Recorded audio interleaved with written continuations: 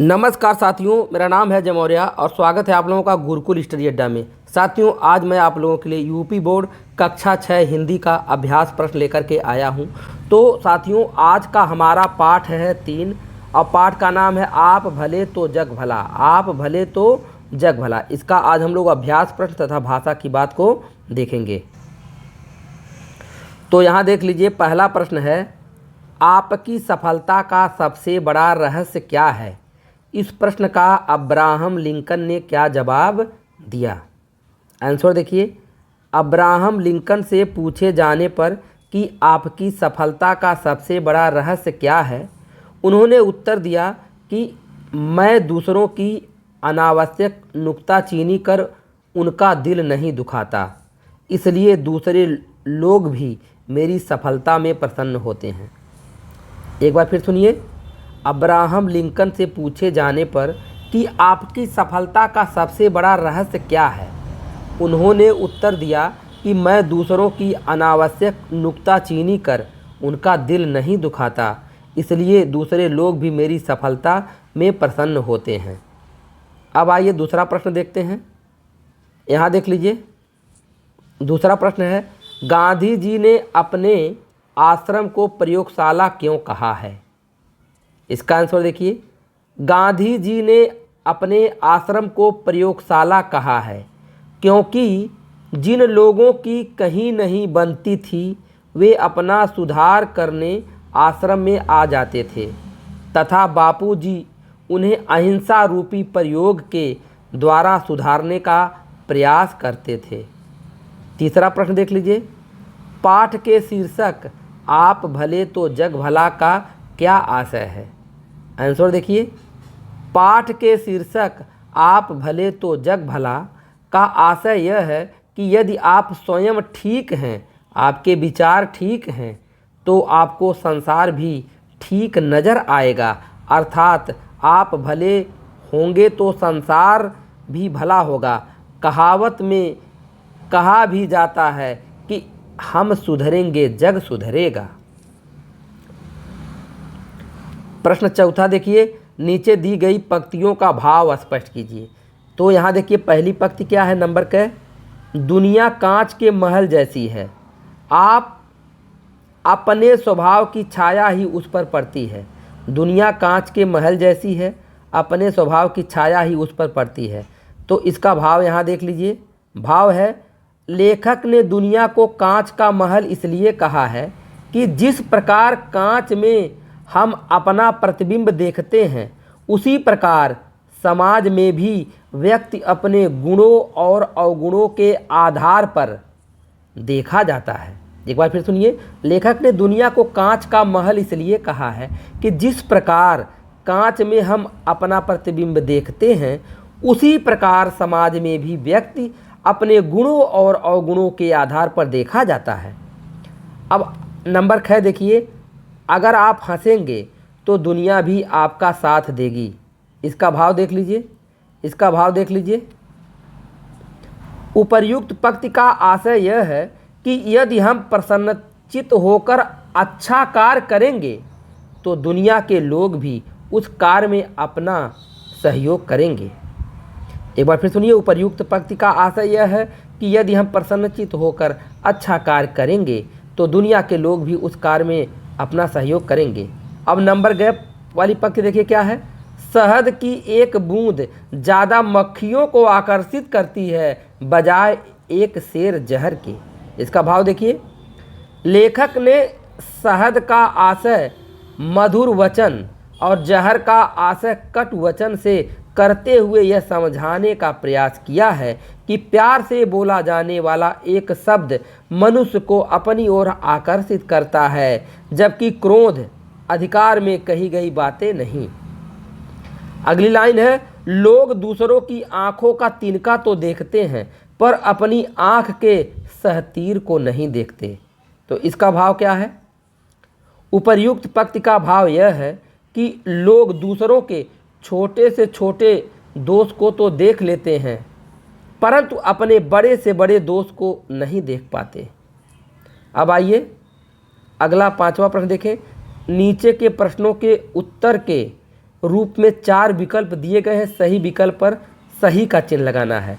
तो देखिए यहाँ पहला प्रश्न क्या है, लोग आपसे प्रेम और नम्रता का बर्ताव करेंगे जब आप, पहला विकल्प है हमेशा लोगों के ऐबों की ओर देखेंगे, दूसरा है लोगों को अपना शत्रु समझेंगे, तीसरा लोगों की ओर गुस्से से दौड़ेंगे, चौथा लोगों के दोष न देखकर उनके गुणों की ओर गुणों की ओर ध्यान देंगे। यही सही है। एक बार फिर समझिए, देखिए लोग आपसे प्रेम और नम्रता का बर्ताव करेंगे जब आप लोगों के दोष न देखकर उनके गुणों की ओर ध्यान देंगे। अब नंबर ख देख लीजिए, यहाँ नंबर ख, बापू के किस गुण के कारण लोग उनकी ओर आकृष्ट होते थे? विकल्प है आलोचना, अनुशासन, कठोरता, प्रेम और सहानुभूति। तो चौथा विकल्प सही है, प्रेम और सहानुभूति। बापू के किस गुण के कारण लोग उनकी ओर आकृष्ट होते थे? प्रेम और सहानुभूति। अब आइए भाषा की बात पे, साथियों यहाँ भाषा की बात पे देख लीजिए। पहला प्रश्न है, नीचे दिए गए मुहावरों का अर्थ स्पष्ट करते हुए अपने वाक्यों में प्रयोग कीजिए। तो मुहावरों का अर्थ यहाँ लिखना है, तो यहाँ देखिए आंसर में देखिए क्या है, टूट पड़ना। मुहावरा है टूट पड़ना, जिसका अर्थ होता है हमला करना। टूट पड़ना का मतलब हमला करना। अब वाक्य प्रयोग इसका देखिए, दुश्मनों को देखते ही भारतीय सेना उन पर टूट पड़ी। अगला मुहावरा है देखिए दुम हिलाना। दुम हिलाना का अर्थ है डर जाना। वाक्य प्रयोग देखिए, अधिकारी को देखकर कर्मचारी दुम हिलाने लगते हैं। अगला मुहावरा है दिल दुखाना, अर्थ होता है दुखी करना। वाक्य प्रयोग देखिए, अमीर लोग गरीबों का शोषण करके उनका दिल दुखाते हैं। अगला मुहावरा है नुक्ताचीनी करना, अर्थ है हस्तक्षेप करना। वाक्य प्रयोग देखिए, श्याम अपने घर के काम में नुक्ताचीनी करता है। श्याम अपने घर के काम में नुक्ताचीनी करता है। अगला मुहावरा आग बबूला होना, अर्थ है इसका क्रोधित होना। वाक्य प्रयोग देखिए, अंग्रेजों का पत्र पढ़कर महारानी लक्ष्मीबाई आग बबूला हो गई। चुटकी लेना का अर्थ है मजाक उड़ाना। वाक्य प्रयोग देखिए, राम का रिश्ता पक्का होते ही सब उसकी चुटकी लेने लगे। दिमाग चढ़ना, अर्थ है घमंड होना। वाक्य प्रयोग देखिए, गाड़ी खरीदते ही शीला का दिमाग चढ़ गया। अब यहाँ देखिए दूसरा प्रश्न है, नंबर क, आप तो समझदार हैं, आप तो समझदार हैं, नंबर क, यह साधारण वाक्य है। और नंबर ख देखिए, शायद कुछ लोगों का ख्याल है कि ईश्वर ने उन्हें लोगों को सुधारने के लिए भेजा है। यह मिश्र वाक्य हो गया।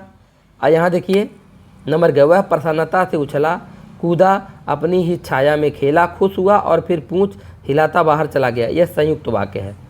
ऊपर 3 तरह के वाक्य दिए गए हैं, साधारण, मिश्र और संयुक्त। पाठ में आई हुई इन 3 प्रकार के कम से कम 2-2 वाक्यों को छांटकर लिखना है। तो पहले यहाँ साधारण वाक्यों का आंसर में देखिए, साधारण वाक्यों को लिखा जा रहा है। नंबर 1 है, आप तो बड़े समझदार हैं। नंबर 2, दुनिया कांच के महल जैसी है। नंबर 3, उनकी आंखों में आंसू छलक आए। नंबर 4, मेरे मित्र की यही खास गलती है। नंबर 5, इमर्सन को गाय पालने का शौक था। अब आइए मिश्र वाक्य को देखते हैं। मिश्र वाक्य में देखिए नंबर 1 है, शायद कुछ लोगों का ख्याल है कि ईश्वर ने उन्हें लोगों को सुधारने के लिए भेजा है। नंबर 2, बेचारा जोर जोर से उछला कूदा, भौंका और चिल्लाया। नंबर 3, जब मैं अपने एक मित्र को हमेशा परेशान, नाराज और चिड़चिड़ाते देखता हूँ तब इसी किस्से का स्मरण हो जाता है। नंबर 4, अंग्रेजी में कहावत है कि अगर आप हंसेंगे तो दुनिया भी आपका साथ देगी। नंबर 5, जिसने उनकी ओर ध्यान दिलाया उसका उपकार ही मानना चाहिए।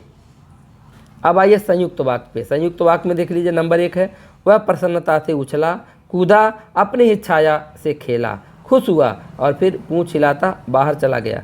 नंबर 2, बापू कड़ी से कड़ी आलोचना कर सकते थे और करते भी थे, पर हंसकर, मीठी चुटकियां लेकर, अपना प्रेम दर्शाकर। नंबर 3, अपनी शान दिखाने के लिए वह भौंकने लगा, उसे भी कुत्ते भौंकते हुए दिखाई पड़े।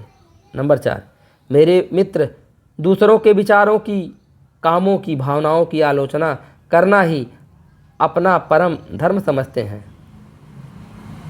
नंबर 5, जो मनुष्य मूर्ख है और जानता है कि वह मूर्ख है वह ज्ञानी है, जो मूर्ख है और यह नहीं जानता कि वह मूर्ख है सबसे बड़ा मूर्ख है।